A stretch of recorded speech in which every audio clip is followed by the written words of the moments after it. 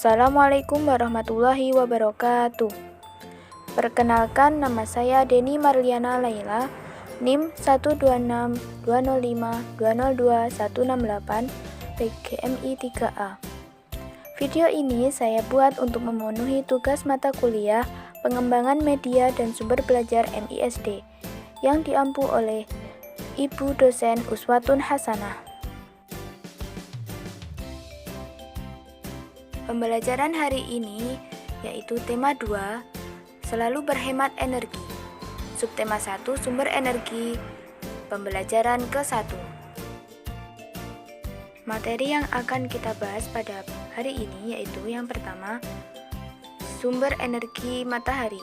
Yang kedua, paragraf. Dan yang ketiga, sumber daya alam. Sumber energi matahari. Matahari merupakan sumber utama kehidupan makhluk hidup. Matahari menghasilkan energi cahaya dan energi panas. Energi yang dihasilkan matahari dapat kita manfaatkan secara langsung dan secara gratis. Pemanfaatan energi panas matahari dapat ditemukan di seluruh belahan dunia. Apabila didayagunakan dengan tepat, maka energi ini berpotensi untuk menyediakan kebutuhan konsumsi energi dunia saat ini dalam waktu yang lebih lama. Berikut manfaat-manfaat yang diberikan oleh matahari. Yang pertama, matahari membantu proses fotosintesis pada tanaman. Bagi tumbuhan, matahari sangat dibutuhkan untuk membantu proses fotosintesis. Fotosintesis ini merupakan proses pembuatan makanan pada tumbuhan hijau. Fotosintesis berlangsung di bagian daun, tetapi juga terkadang terjadi di bagian lain yang mengandung klorofil. Klorofil merupakan zat warna hijau pada tumbuhan yang berfungsi untuk menyerap energi cahaya matahari. Manfaat yang kedua yaitu energi panas matahari dapat digunakan untuk mengeringkan benda basah. Contohnya, seperti kita mengeringkan pakaian di bawah sinar matahari. Kemudian seperti para nelayan yang mengeringkan ikannya di bawah sinar matahari dengan memanfaatkan energi panas matahari. Yang ketiga, matahari dapat dimanfaatkan sebagai sumber pembangkit listrik panel surya. Tenaga surya dapat menghasilkan listrik melalui pembangkit listrik tenaga surya atau PLTS. Di PLTS ini terdapat alat berupa cermin cekung dan turbin. Cermin tersebut bergerak mengikuti arah matahari saat melintasi langit. Cermin memfokuskan cahaya ke sebuah menara, dan di menara itu panas digunakan untuk mendidihkan air.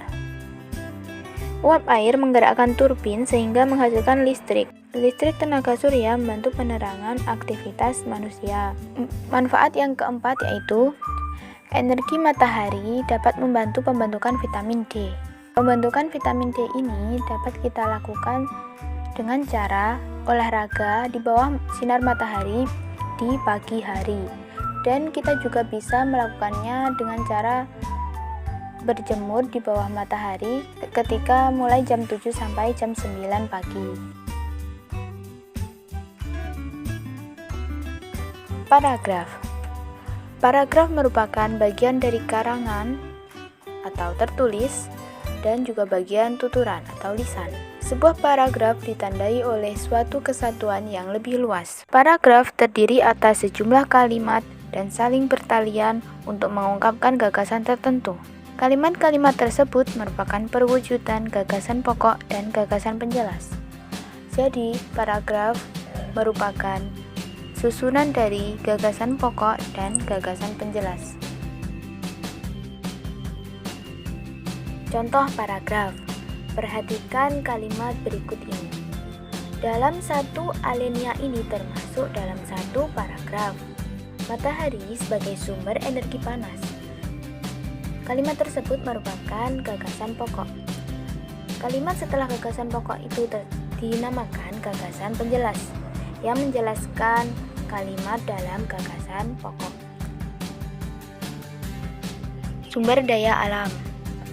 Sumber daya alam adalah segala sesuatu yang berasal dari alam. Sumber daya alam digunakan manusia untuk memenuhi kebutuhan hidup dan kesejahteraannya. Berdasarkan jenisnya, sumber daya alam dibagi menjadi dua. Yang pertama sumber daya alam hayati dan sumber daya alam non-hayati. Sedangkan berdasarkan sifatnya, sumber daya alam dibagi menjadi dua, yaitu sumber daya alam dapat diperbarui dan sumber daya alam tidak dapat diperbarui. Contoh sumber daya alam berdasarkan jenisnya. Yang pertama, sumber daya alam hayati. Sumber daya alam hayati adalah sumber daya alam yang berasal dari makhluk hidup. Misalnya, hewan dan tumbuhan. Yang kedua, ada sumber daya alam non-hayati. Sumber daya alam non-hayati adalah sumber daya alam yang bukan berasal dari makhluk hidup. Contohnya, sinar matahari, udara, air, dan tanah. Contoh sumber daya alam berdasarkan sifatnya. Yang pertama, sumber daya alam yang dapat diperbarui. Sumber daya alam yang dapat diperbarui yaitu sumber daya alam yang memiliki sifat dapat pulih kembali. Contohnya, air, hewan, dan tumbuhan. Dengan sifat tersebut, sumber daya alam ini dapat terus digunakan dan tidak akan punah.